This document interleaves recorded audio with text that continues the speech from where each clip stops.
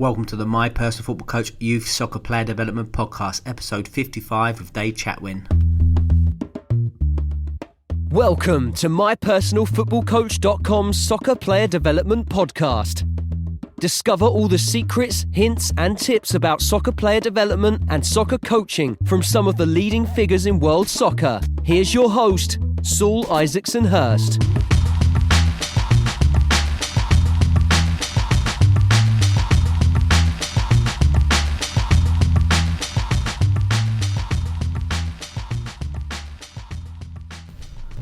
What's happening, guys? Welcome back to another show.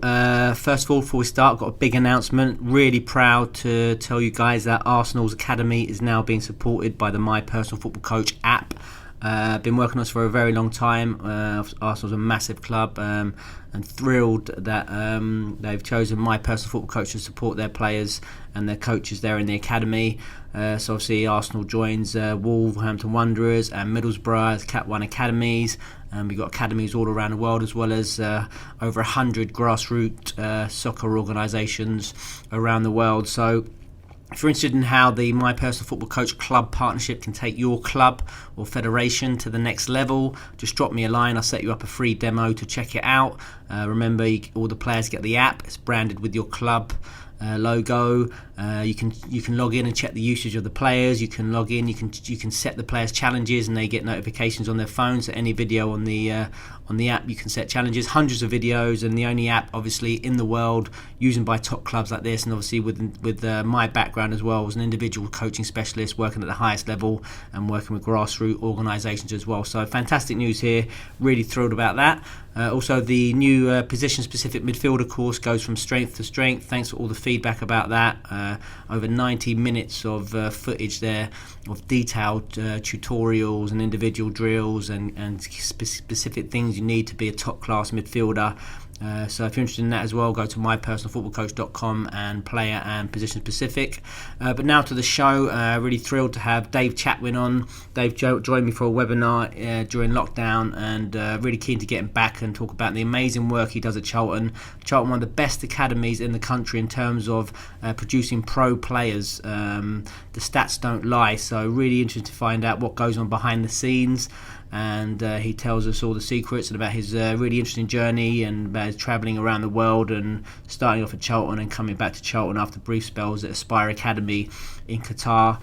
He also worked out in America like myself. So this one's not to be missed. Lots of coaching gold. Lots of more podcasts coming up in the next few weeks. I'm really got to challenge myself to get out as many as possible. So make sure you keep it locked. Dave Chatwin, welcome to the show. Thank you very much. Yeah, pleasure to be here. Joining us from sunny southeast London, is it? We're in that sort of neck of the woods. It was quite sunny today. We had a little festival down at a local non-league club, and it was very, very sunny. A little bit cold, but it was all right. But apparently tomorrow it's going to be a nightmare. So stay dry today. I always ask the same question to begin with. Give us a brief outline of your playing and coaching journey up to this point, please, mate. I played a bit as a kid. I was at Orient till I was about 15. Wasn't quite good enough. Went around to a few clubs, Southend, and then kind of gravitated into non-league. Went through a bit of physical development late on, which is my excuse why I never got through. But found my way to playing semi-pro at a fairly decent level at 18, 19. And just always got into coaching early on. I used it, got my then prelim badge when I was about 17 at college, and managed to get a job with Crystal Palace Community Scheme and was doing everything with their sports development officer. So going to schools, after schools, in schools, holiday programs. I managed to get a job in the US doing Britannia soccer camps. When I was 18, there was such an influx of kids wanting to play soccer after the World Cup in 1994 that I was lucky enough to get out when I was 18. And the football coaching and doing the camps really, the traction really took hold then. And I found I had a bit of a talent and a personality towards it to just follow it up, really. So carried on working for a couple of pro clubs over here. mainly in their community schemes and doing the community type work. I followed it at university. I wanted to do sports development and coaching. And basically, cut a long story short, managed to get a contract at a soccer club in Minneapolis, in Minnesota, which really opened my eyes. It was a club that had 50 teams and, one of these massive clubs with a big girls program, a big boys program. So I was working across both genders and just really found my home in that type of environment. And then I actually got a job at a college in North Carolina just after that, and I really liked that type of work. Really enjoyed that. I worked with Dave Sexton, the old England manager, his son Dave Sexton. So that was a great experience going from like a big American club to a big American college. But then I found out I couldn't get a visa because I didn't have a degree. So it was either pay $25,000 and stay there to complete the degree, or come home and do it in the UK for free. And so I chose the latter option, just basically for financial reasons, and went to University of Greenwich, which is right next door to Charlton Athletics training ground. So managed to get into the academy through their development centre program, and from there it just went on. Got into managing an age group, got my A licence. I got that. Then I was offered a full-time job as their assistant academy manager, doing 7s to 11s. So there was two of them. There were 7s to 11s. There was Steve Avery, the current academy manager, was 12s to 16s. And so in 2005, I went full-time, and that was a great experience because academies were much different then. There was less full-time staff. There was more responsibility to work right across the board. So I was, assistant coach to the 16s. I was running the 15s. I was doing the 12s, the 11s, the 14s. It was great whilst still running my phase, if you like. So that was a really, really satisfying experience. And we went to a tour in Qatar in 2006, and we went to this amazing Aspire facility. And obviously, it can, one of these places that it just blows your mind. It's the world's best sports facility, bar none. And that was always in the back of my mind. I thought, I wouldn't, when you see this kind of place, you think, I'd like to work here. But it was too early in my Charlton career for that. So we went back in 2008, and there was talk of redundancies and stuff because of the financial position the club was in. So I asked the then head coach, if there was any opportunities coming up, and luckily there was. And I found myself a year later based out there, and that was the most eye-opening coaching experience and cultural experience that I've certainly ever had. So I spent 4 years in Qatar doing their national under 14s, 15s, and 16s, going to all these tournaments and having all these top clubs from Europe coming into play. That was a really fantastic personal journey for me, or personal experience. And then I found myself in a situation where they want to take a different direction out there. So I had to come home, spent a little bit of time looking around, trying to get back into clubs in the UK. Spent a little time at West Ham before Steve offered me another job at Charlton. So I went in as the under-15s part-time coach initially, and that opened up into a full-time role, which was the foundation phase, which is what I've been in since 2015. So, a brief synopsis.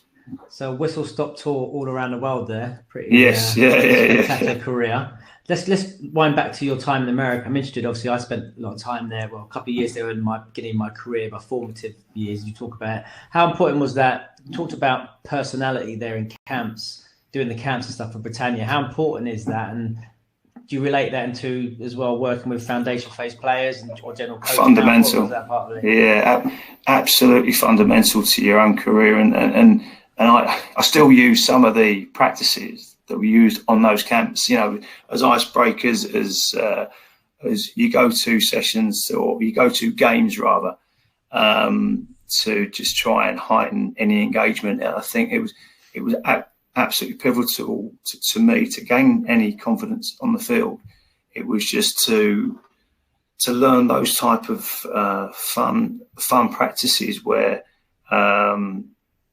if it wasn't quite going right, you throw them in, and suddenly you got the camp back on your side again. It was so important, because you went in with the confidence of knowing, how to engage, what rules and conditions you put on practices to engage a small group. And when you've got a load of 6-year-olds that never kicked a football before, and you've got 3 hours with them Monday to Friday, you soon find out about yourself in terms of your personal resourcefulness and coaching personality to be able to deliver and give them an enjoyable experience. And it was great for me, because you were going from one town to the next every week. So I just felt my confidence growing and growing and growing. Every week I was out there to such an extent that when I came back home to England, I was a much better coach because of it. So you don't normally get that in many situations where you think you go from England to the US. I know what I'm doing. I know I'm from England. Of course, I know what I'm talking about. But it was the other way around for me. It was I came back with such a confidence level, and as I say, I still use some of it now. And talk about a little bit. Then you transitioned into working as a DOC or something. Were you director of coaching or something like that? Yeah, I was assistant director of coaching for one of the big clubs in Southeast Minneapolis, and that was a great experience for me, as a 23, 24-year-old, to go out there and to have the responsibility of passing on my knowledge and working with teams rather than and individuals, rather than big camps as it had been till that point. I found it a bit of a baptism of fire in terms of the American market, because they pay your wages. They do think that they've got a say in a lot of things, and I was typically English and went over. I'm the coach, I'm the boss. What I say goes, and to some extent that worked. But I think looking back, you do have to meet them in the middle somewhat to dumb down the politics of it all. But on the field, it wasn't a problem at all.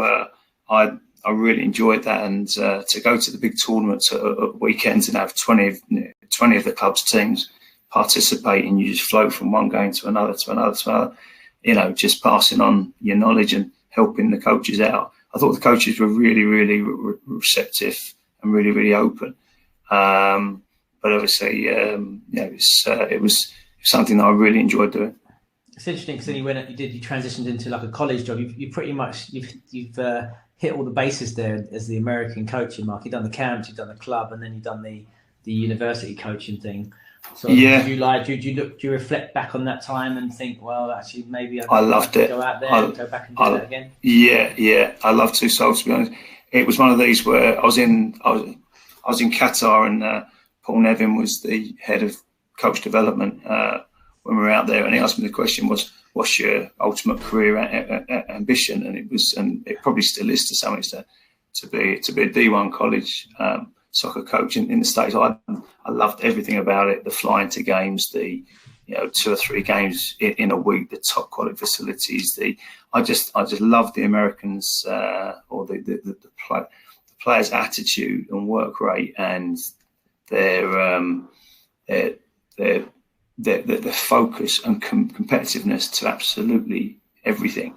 If you marry that up with a decent coach and like a good coaching setup, I found it really, really exciting, really enjoyable, and something that I'd like to do again. But chances seldom come around, really, because it's all about starting at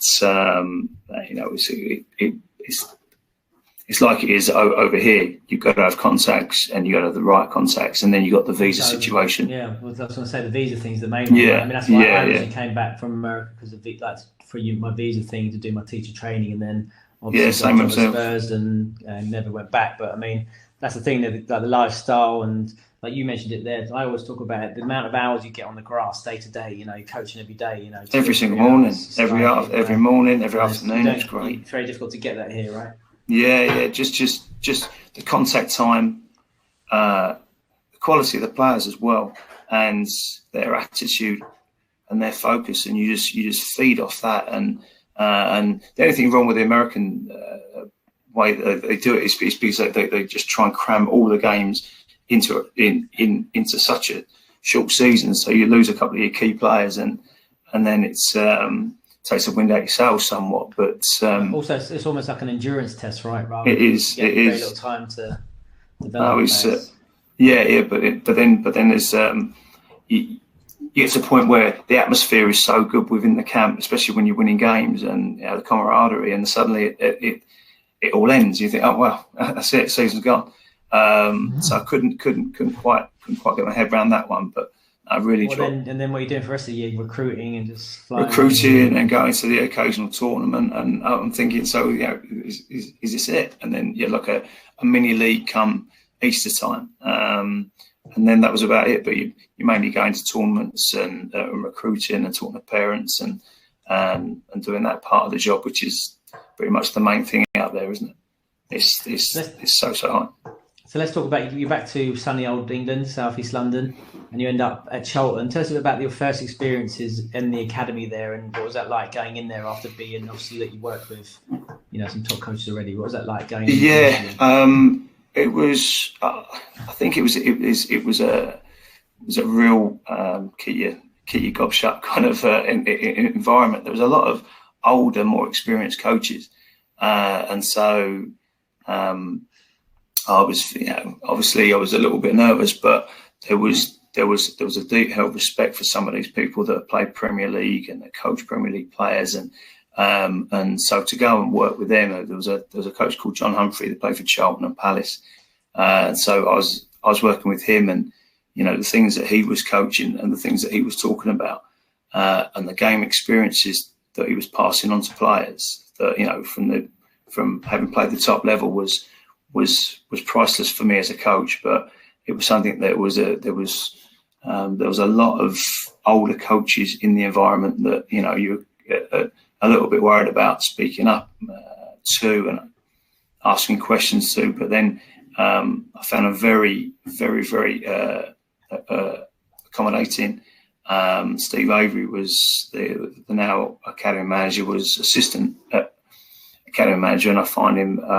Obviously, I found him very, very friendly, very, very helpful, and so it was, slowly getting used to the demands in that environment. And some of the players were, it was back then when we were in the Premier League, so we were able to recruit better players and attract better players. It was a little bit nerve-wracking, but something that, because of the confidence that I gained from America, from coaching at the club, especially from coaching in the college, the players were of the same sort of standard, albeit a little bit younger. So I wasn't nervous in my delivery. I was more nervous of the people I was working with to try and gain their respect. Do you remember your first session there? First ever session you did at Charlton? Yes. It was circa Eden Prairie Soccer Club, an awareness session. Steve asked me to do a bit of shape work with them. So I led into it. I did a bit of awareness, checking shoulder, back foot receiving type work. He said, "Can you do a bit of shape work with them?" And I remember a session that we used to do at the club in Minnesota, different colour cones for defending shape, different colour cones, attacking shape, and move within the confines of those areas.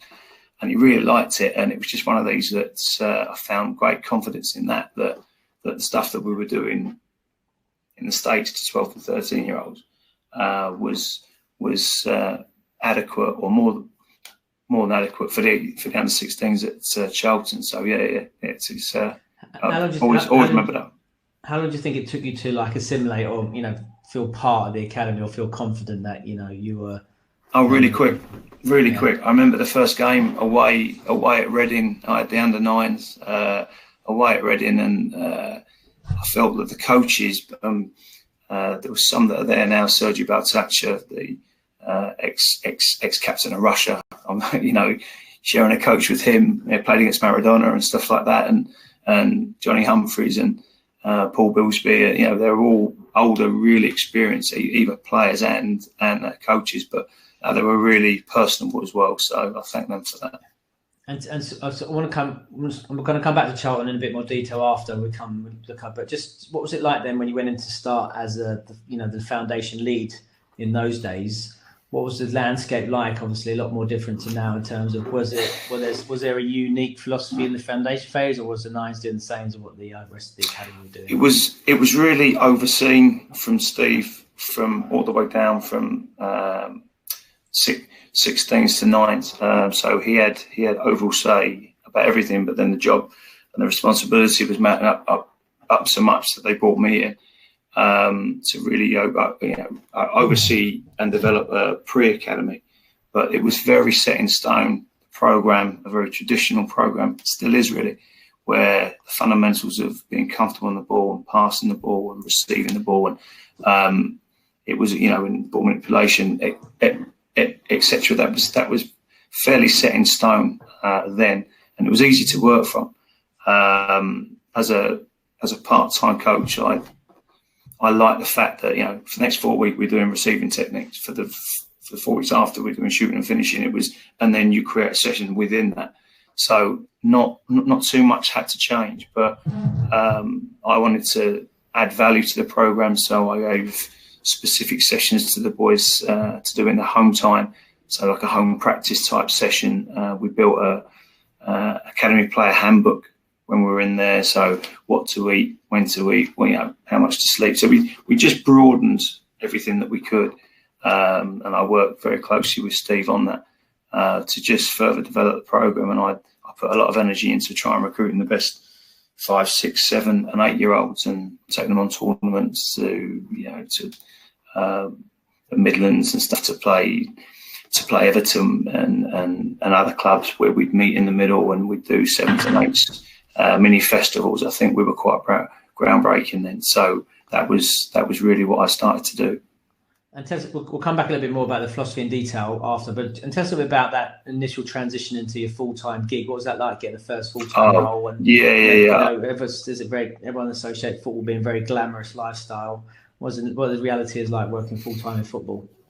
I loved it. I absolutely loved it. It was one of these where I went from teaching full-time to coaching full-time, but you soon got to know that you were, lowest down the food chain. It's being down at the foundation phase and in no uncertain terms that I didn't have a computer for about a year. It's just one of these where it was just you just had to get on with it and work within the constraints that you were dealt with. But it was something that I went in with all the enthusiasm and in the world, and I just kept asking for more and more and more and more. So Steve Grit just I think to shut me up in the end just gave me what I wanted and just let me fly really. And I think one of the remarks from the education officer was that I brought great energy to the job. And so I didn't quite get everything right, but there was the energy and the in enthusiasm there that everyone could feed off. And so they just continued to support us, especially in the early days, because a lot of my ideas hadn't been tried out before with the pre-academy and trying to get that into place. But yeah, it was something that I was very excited about. But it was a little bit daunting as well going into a pro club for the first time when you're full time, because you tread on eggshells for a bit, and you see Alan Kirkby for the first time, and you're thinking, have I made it here? And he blanks you as he walks past when he goes past you in the corridor. So you soon get to find out that you're in a pro club, but just keep your head down and keep your nose clean. So tell us a bit about that pre-academy stuff. Then you were doing that was the stuff you introduced to the pre-academy. Well, they didn't really have one. They had a recruitment officer. It was a little bit old-fashioned, should we say. Very good at nicking the occasional player, but I think he was coming to the end of his career and he had enough of it. And so we had a really good scout called Andy Bell, and he was saying, look, Dave, I've got all these good kids, but we keep on losing them. We need a coach like yourself to come and take hold of this under sevens group that I've got. Otherwise, all the clubs are going to come and nick them. So I put an extra session on. So we did them twice a week and tried to get a little games program with people I knew, like Jeff Noonan from Fulham and people like that, where we just tried to give them more exposure, give them more contact time, a little bit of structure, and a lot of fun, with the fact that I thought that Dennis was going to retire the following year. So I said to him, look, I'll take the sevens on. I'll bring them through sevens into eights next year, because I could tell that he had lost all interest in doing the under eights because it was so stressful, and as it still is now. So I built it up from my own back a little bit by investing so much more of my time within there. But then we began to see the fruits of labour, and we started to get a real good eights group for the following year. We didn't lose too many. We lost one or two starlets, but to Chelsea and stuff. But we were punching above our weight just through the hard work. And I think if you give decent people good coaching and a good service, and you're 100% honest and straight up with them, then you won't go far wrong. And I don't think we had done a good job at doing that previously. And we had to tap into our community program as well, because I was seeing so many kids, but there wasn't anyone to go to within the academy to say, look, we've got good kids like locally. And we used to get all our kids from Essex and stuff, and we're South East London. I couldn't quite. So I tried to bridge that gap with the work that I did. How did you do that then? What was practically did you do to get the community scheme boys and girls involved? Well, I went and delivered session to their coaches. I'd been a community coach there for a couple of years when I was at uni. So I just wanted to spread the message that I was one of you basically, and I want you to be our eyes and ears around the local community. So any players that you see, we were paying the community scheme a certain amount a year to run what they call an advanced centre. So it was just trying to let all their coaches know whether they're going into schools, working at after school programs, in school programs, any talent ID, feed them straight into there, because there's a direct pathway to the academy, and just trying to make that pathway a little bit more, or just trying to cement it so much, because I think it had been fractured. So I spent a lot of time trying to get the community scheme back on board with the academy, and so we're all singing from the same hymn sheet. Doesn't matter where you come in from. If you're good enough, you're good enough. So I was one of those people that when I don't care where you're from, just I want you in if you're good enough, because I want to work with you. So it's interesting because as you all know, you're only as good as the players you're getting in. Your recruitment is such a key part of any academy. People won't know about the under-8s landscape in London. The competitiveness and what goes on. We joked just the other day when we were chatting about a certain scout from another club who's very renowned for coming and nicking all the best under-8s, all the players. I mean, how tough is it? The Underrates program, and how ruthless is it, and just try lay that out, what that sort of environment's like around London with all these clubs everywhere. It is fierce and unrelenting. It really is. Right the way up to the last couple of days. We had a situation a few years ago. We had an absolute starlet. We did everything we could. Came to our signing night on the Monday. And with all the pictures and all the mum and dad doled up in there, he's in his suit, everything like that, on the pitch, signed for Chelsea the following night. It's just, and nothing will ever surprise me. I think to be honest, I'm hardened to it now, because it used to break my heart every single year, losing Callum Hudson-Odoi when you've done one-on-one sessions with him for the last year in your own time. Losing him 2 weeks before was the straw that broke the camel's back, really. And so when I had the Qatar offer on the table, I thought, you know what, I've done my bit now. I'm just going to go, Callum's fault. Yeah. And Callum knows that, because I've told him many times since. But no, it's very, very disheartening, because of the unreliability of it, and the trust factor for the parents. I think that I've got to an extent now where I make them an offer, and a couple of weeks later we go for a coffee, and I've got to put a time frame on it. I need to know by that time 100% or not, otherwise we move on, because it is the second most competitive age group out of all youth academy football in the UK. It's you get the most competitive is under 16s when they look to take a scholarship. The second most competitive is under 8. Trying to pitch that to bosses and superiors at clubs, and having it fall on deaf ears is very disheartening, as I say, because you have to invest there, because if you get it right there, you should keep them. Now there's so many factors that come into the individual of whether they get through or whether not. But if you're trying to get the best technical players that you possibly can, if it works out for them physically and attitudinally through their formative years, you should have a player on your hands still. So the need to invest in the pre-academy, and especially in under-8s, is absolutely pivotal. I mean, it must be difficult. I mean, imagine, because obviously you've got the juggernaut of Chelsea, who obviously one of the big priorities is South East London, Arsenal coming in South London and nicking Tottenham, West Ham, all these big, Cat 1 clubs. And then, so, like I say, what do you do to make yourself unique and compete and try and get those players over the line in such a competitive market? Yeah, well, our environment, our personal touch, our honesty, and hopefully the quality of our delivery. Nothing sells it more than the quality of your coaching, but also the personal touch that you can provide as a coaching staff, without going over the line.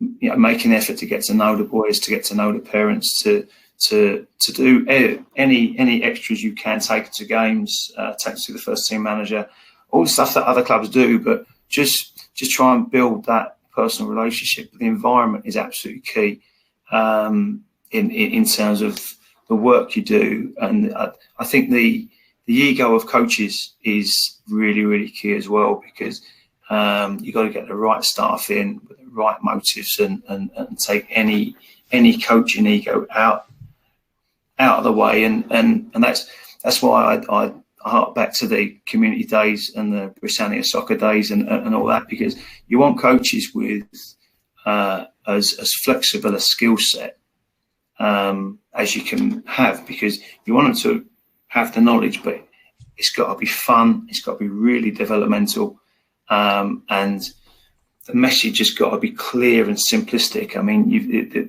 for me, the simplicity of practice is absolutely key, and the competitive side of the practice as well for fan engagement with under-8s, I think is crucial. And just setting the right environment, being as honest as you possibly can, and I want to say it, but giving the impression that you're not going to be walked all over. All right, there's a certain point, and there's a tipping point where if you keep going to all these other clubs after the certain date that we agreed, then see you later. Move on to the next. The chance of these kids getting through is so few and far between anyway. I think there's that stat, 2% after the Premier League stat, 2% after under 14 managed to get a pro contract. So a lot of these kids are going to struggle to get to under 14, let alone past it. And it's just 2% of them. So make it as fun as you can, and as developmental as you can for the boys while they're there. But the long short of it is that, I used to get beaten up by, I used to beat myself up about it, but it's a little bit harder now. Okay, let's talk about Aspire then, in Qatar, your new role there. Tell us about the first impressions there. What was that like, and adapting? What were the first things you noticed, and compare and contrast to your life at Charlton? Oh wow! It was day and night, absolute day and night. You go there with your English mentality, and you get a kick in the you get smack in the chops straight away, because it's this is their town, this is their country, and and it was something that I wasn't expecting. That you'd want to impress with your sessions first of all, and you'd do your if all else fails sessions. Your best ones would come out early doors, and they just sacked it off. Like the kids sacked it off because their mentality was so. It was competitive to a point, but they were very, very lazy. They were very affluent, and affluence breeds a little bit of a lot of laziness. They didn't want for anything. So these were like the national team players as well. Yeah, and they were like, Coach, I'm tired. I want to sleep. And I was like, well, we've got a session now, and we're playing Bayern Munich in 2 weeks. What do you mean? But you had to find a way. Every coach that goes there goes through this process. They come over as a coach and they think that they know what they're talking about, and they think they're a decent coach. But you're not a decent coach until you coach in Qatar, believe me. And you have to really. So which one's the toughest session? The 6-year-olds for 15 hours a week, with do you kick the ball, or the Qatari lads? Qatari under 15s after they've just lost the next day. That's the biggest challenge ever. But no, they were very good technically, but they just didn't want to work hard. And when you don't have to, then it's a lot more difficult for a coach to kind of drive a session as he would do in his native countries, for instance. So you have to find a way. You have to put a competitive element on absolutely everything. And talk about the simplicity of practice, but the way you condition it to always guarantee there's a competitive element, to get their engagement was something that I found myself being quite good at, by the end of my time there, because you just had to lower your expectations of what you could achieve in a session, because a lot of the times the boys didn't care. Right, and so you've got all this knowledge, you've got all these practices, and you've got all this enthusiasm, and they didn't really, they didn't want to work hard. So it took a bit of time to get over that. All right, and so a lot of coaches go over there and have similar experiences. That you just have to dumb down your expectations and do what you can to develop them, but you develop at their rate as opposed to what you expect to do. Over here, so it was a baptism of fire for sure. And what about like lifestyle? What was that like out there living in something like Qatar? Oh, well, great. It tough at first. I'd say the first 3 or 4 months were really tough because it takes a bit of bottle to go out there, and I found myself doing all these sessions and they weren't working. I'm thinking, what have I done? I left a good job at Charlton to come here. And so you just have to get through that first 3 or 4 month period. Lifestyle's brilliant. I mean, we were working 3 mornings a week. Because you work so early in the morning, you got 3 or 4 hours off in the afternoon before you go back for your second session. So, you had 2 or 3 hours off from like 12 till 3 when it's so hot that you can't work out there. But it was something that I wasn't used to, just having all this time off, all the weekends off. The best part about it was there was a England expat team. So in the first couple of weeks, I went training with them, and there's 40 English lads training together. And I thought, and you just find your group of mates within that. It's like going to uni and joining the football team, So that really helped. That there was some lads there to pal up with, and there was like a big expat game between England and Scotland, and that was something that put a lot of focus and effort into training hard and getting fit in the spare time. So you had a bit of focus in terms of football, but lifestyle couldn't be beaten. It was brilliant. What were your major takeaways from your time in at the Aspire Academy, do you think? Contact time, that you can't beat the contact time or the increased contact time. It was, you were doing 5 sessions of 2 hours in the afternoon, so that's 10 hours plus 3 sessions in the morning. So you're doing 16 hours a week with your team.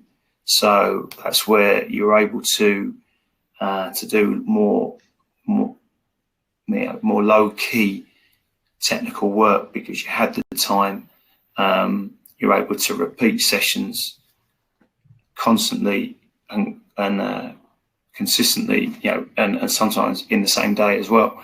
So it was really something where you could really narrow the focus of your sessions and really get into the detail, as long as you've got a competitive element on it. But you could drill down into, into like deep technical work with real small differences to try and get them to the next level. And it was just, for me, it was the contact time. It was obviously the investment. I mean, we had top European teams coming out twice every month.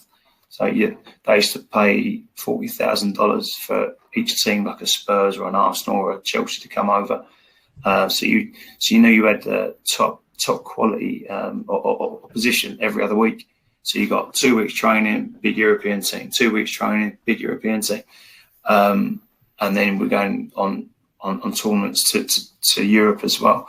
In the Easter breaks and pre-seasons and stuff. So investment, contact time, and that would be my main things. And I saw a lot of coaches out there as well. So as long as you went there without your English hat on so much, and you were open to ideas from the French coaches, you were open to ideas from the Spanish coaches and the Italian coaches, German coaches, I found myself, very, very open to their ideas and their philosophies, because I wanted to get as much as I could from that experience. And I think a few of the coaches went out there with a real closed mindset. I'm English and we do it our way. But I found myself, it was good for me to kind of take me English hat off and be open to their ideas and their philosophies to broaden my knowledge. Well, how did it work out there in terms of like curriculum? Who designed the curriculum out there? Who was the academy manager, which was Mick Brown, which is the ex Charlton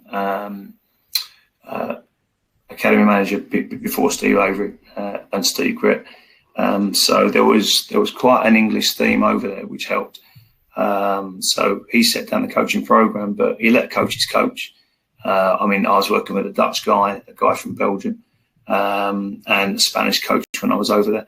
And you as long as you work within the program, it wasn't week by week. It was, you had your themes, and then you design your your sessions within that theme.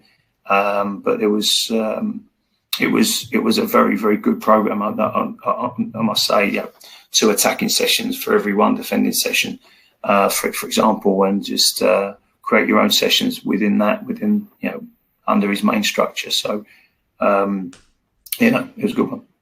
So let's talk about then. You come back to London. You get a job at West Ham, obviously briefly. Tell us about that. I remember actually seeing you there. Because football's such a small world. I was working with Chelsea at the moment. We had a fixture down at that little heath, and then I saw you there. I thought, he's from Charlton. It's like, football's such a small world. It is, yeah. Tell us about what was that like at West Ham? Because obviously, in terms of like, what was the difference between working? What the things you noticed, the difference between working at West Ham, working at Charlton, the philosophy, and all those sorts of things. Just a completely different club, an absolute, just day and night again. It was, you sense that you're part of something really big because of the respect that everyone held the academy in. It's one of my bugbears at Charlton is that we overachieve but don't really get the recognition. When I went to West Ham, it was completely opposite to that. It was like, you're academy coach, and you got your tickets to games, and everyone knew who you were, and you're that new academy coach, aren't you? And like you felt part of it. You really felt part of something big. But for me, my timing was all wrong because it was the end of the Tony Carr era and in with the Terry Wesley era, and I knew both. And I went in there, and it was a little bit toxic with all the new guard going in, and we do it this way, that way, and all the old guard going, Dave, are you one of them? Because if I said, well, I'm not one of you. I'm not one of them. I know a few people from everywhere, as you do in football, and I've just been offered a post. So it was a bit of a tough time because I like the Trevor Bumsteads and the Tony Carrs and all that, Stevie Potts, but I like to try and manage the other side of it as well, because I was offered a full-time job with them, but it didn't come to fruition for a few reasons, and mainly because it just wasn't right for me there. And whilst I really enjoyed it, and the players were good, but there was a strange dynamic to the club at that time, with all the political infighting that went with it, and a certain individual that was brought in and was very, very difficult to work with, and ended up pissing a lot of people off. And he was the main reason that I left, because you can't offer someone a full-time job and then pull it a week later for no reason. And so that was the main crux of it. But I was going hour and a half for 30 quid, and it was one of these where I weighed everything up, and then Steve phoned me saying that the under 15s post was open at Charlton, so it was an easy decision to make.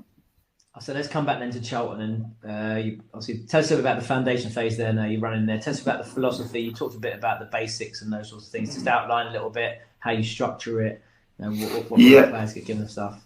Well, we try and structure our sessions where we're doing. I wanted to go straight into small-sided games. So as soon as I arrive, small-sided games, condition it or not, I'll leave that down to the coaches. And so first 20, 25 minutes that they're playing, and I want it to be high intensity, high octane, so that, just to heighten the engagement. And if anyone's late, it really doesn't matter, just throw them straight in. And so they're into the session, and then I want the lads to work through a structure where they're going unopposed technical. We've got to teach technique, especially at a club like ours, but we don't get the best players anyway. We have to do a lot more work on isolating technique and teaching it and breaking it down into detail. So, how many bite-sized chunks can you get for two-touch passing, me and you saw it? Can you break it down to 10 to 12 elements and just make it so easy for them to understand and to progress? So I want a lot of unopposed technical. The main reason being is that I've seen John Joe Shelby do loads of technical. I've seen Ariata do loads of technical. I've seen Carl and Grant. I've seen all the boys that have come through. Have gone through the program that Steve set down and then I adopted, really. So I want us to do a lot of unopposed technical work where there's loads of interference. So trying to heighten the awareness. So it's not too easy, but they're really focusing on the individual technique, and then we work through. So from that, 20 minutes small-sided games, 25 minutes, half an hour technical, then go into some game-related work, some decision-making, post-type work for the next 30 minutes, and make sure we play the same format that we're going to play the weekend for at least 30, 35 minutes to finish the session. So out of a two-hour session, that's how I want it structured within the program that we have. I want us to do a lot of ball manipulation as the technical, like the technical theme on one session. I want us to do pass and receiving as the technical theme on another session, and then ball striking for the other one. So that would be a weekly breakdown of, say, the under nines. So we do ball manipulation as into 1v1 for one theme. On one night we do passing and receiving as the technical theme, and then we do ball striking and shooting as the last one on, say, a Friday. So that's the week broken down, basically. What's your thoughts then on all this, like games, the teacher, games-based program? You guess there's a lot of people promoting or were promoting, and I think move away now.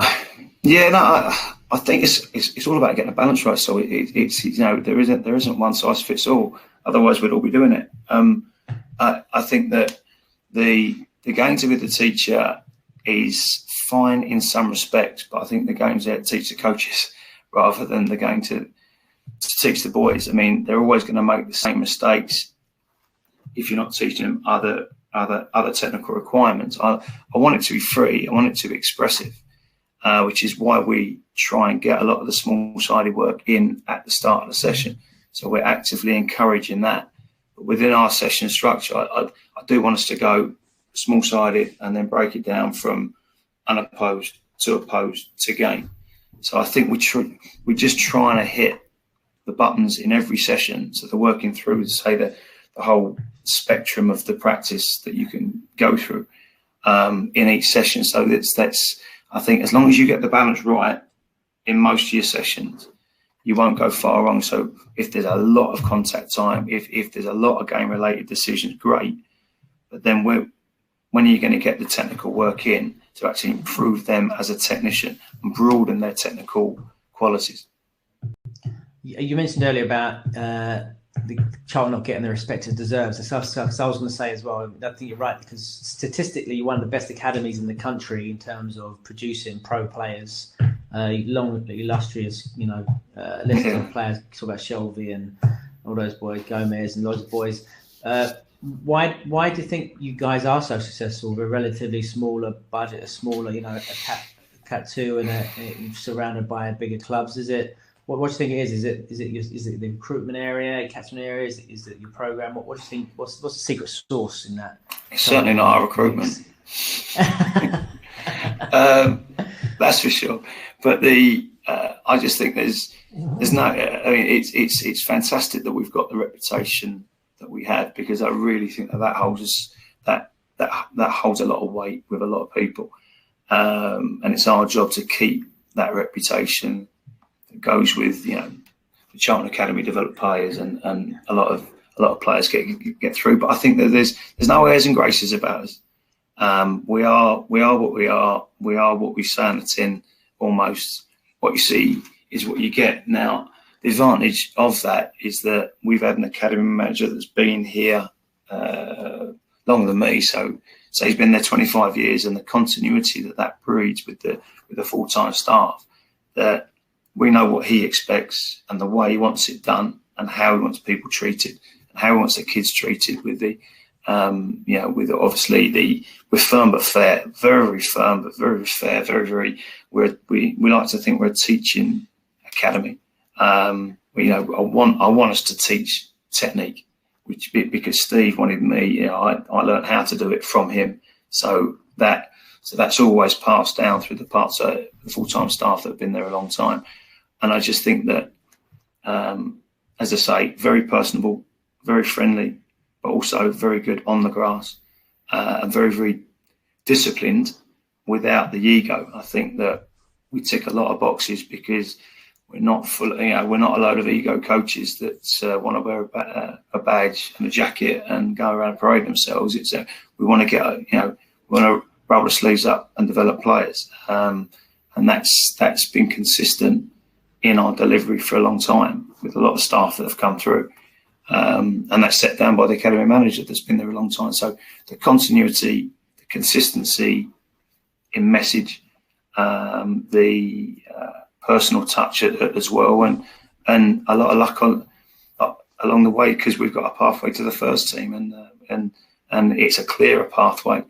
And if you're young enough, players have been good enough to go in and done very, very well. So there's nothing better than seeing players come through and do well and then move on to greater things. And that's always something that our productivity level speaks for itself, and that's a big sell in itself, along with our reputation and our continuity, really. What about yourself? What do you do to keep developing and keep fresh and keep new ideas coming in? You know what? I talk to a lot of older, more experienced coaches that are probably not in the game anymore. And so I don't think the game has changed too much. And so I think a lot of the FA stuff, they're trying to reinvent the wheel to pay for certain facilities. And if you take on board a lot of what the new nuances of coaching are, and then you mix it with some, so shall we say, older school ideas, you're getting the best of both worlds. And I found myself on a few courses disagreeing with a few things, because I used to go on courses when I first got into the game, 2005, 2006, where you had Dick Bate and Les Reed throwing information and detail at you, detail, so much so that you couldn't take it all on board. And then I came back from Qatar, I went on courses then, and it's like, well, what do you think? What do you think? Well, it's not about what I think. Tell me what you think I should know. And so I've gone back to keeping in touch with guys that I used to work with, and I asked them for their opinions and their ideas, and then I like to think that I keep up to speed with the latest developments. Being in a club each day and watching Steve and watching Anthony and watching all the good coaches that we've got here, and put my own ideas on it. But I'm not proud enough to go back to guys that I used to work with and say, can I have 10 minutes with you? Can I have a coffee with you? Someone that a bit of a mentor of mine is Mark Robson, who used to be at the FA, one of the FA in possession national coaches, and he's always inspiring to talk to. So we go and grab a Nero's every other month and chew the fat, and I think that's really important to go to more experienced guys than you that have coached at different levels. And that's how I try and keep up to speed. What about, where do you recruit coaches from? Where do you get coaches for the foundation phase, and what sort of things you're looking for in a coach? Do you know what? So more often than not now, is the hardest thing is getting reliable ones. There's so much added extra admin work placed on coaches to work in an academy environment. It's very hard to keep on top of. Whereas you used to have your session on your mind all day during your full-time job, and then fly to Charlton and you had a basic idea in your mind and you've written a session down on a bit of paper in your lunch break. You now have to do in 3 or 4 hours on PMA just to satisfy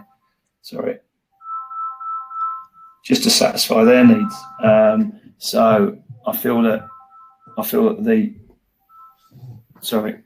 the load placed on coaches is totally unrealistic. I think the PMA demands were basically based on clubs having full-time coaches at every single age group.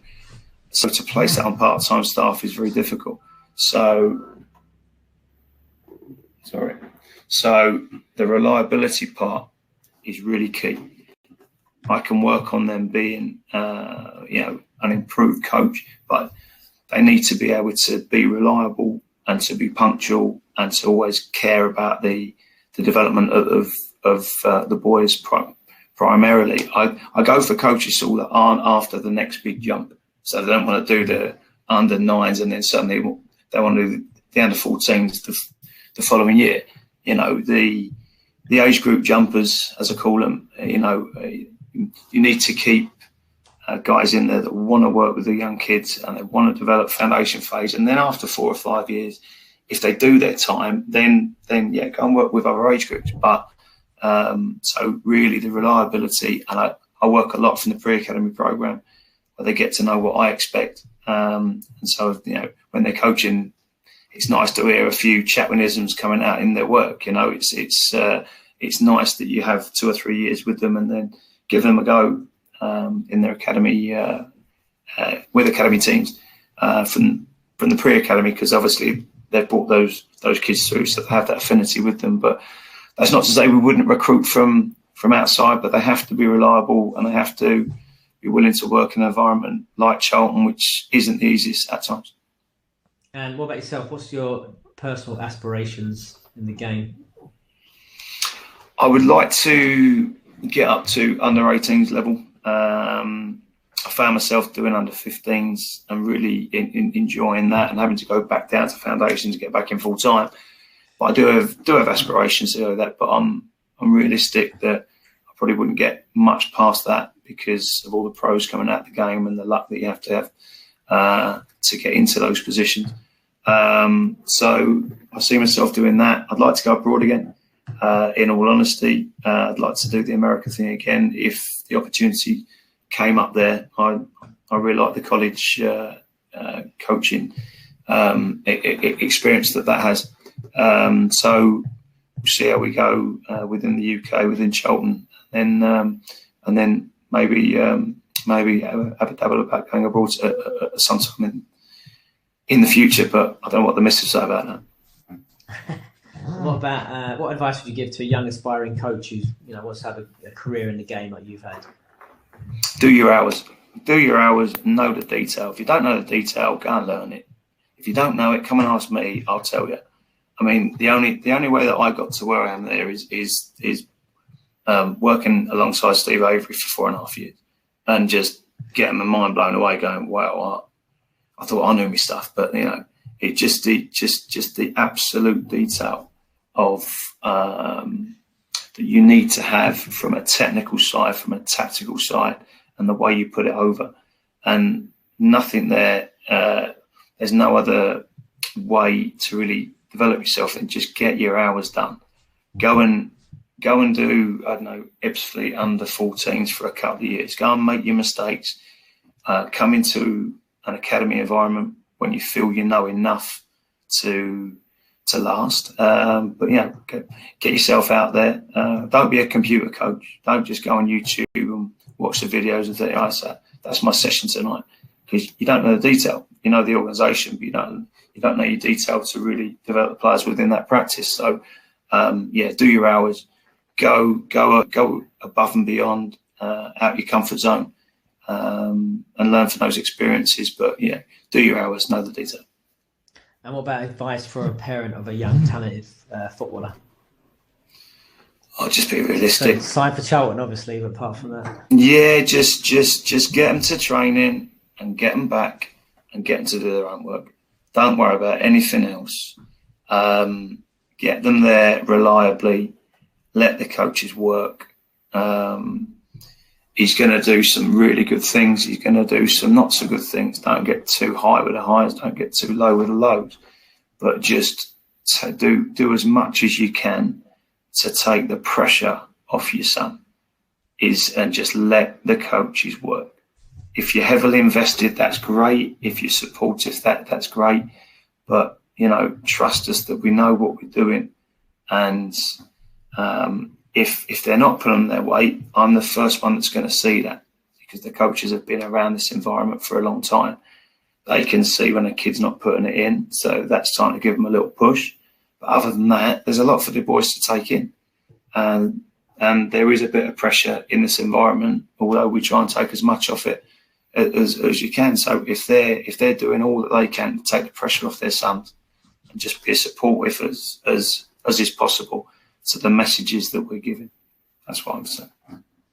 Dave Chatwin, thanks very much, mate. It's been fantastic. Appreciate your time. Cheers, all. Cheers, mate. All the best.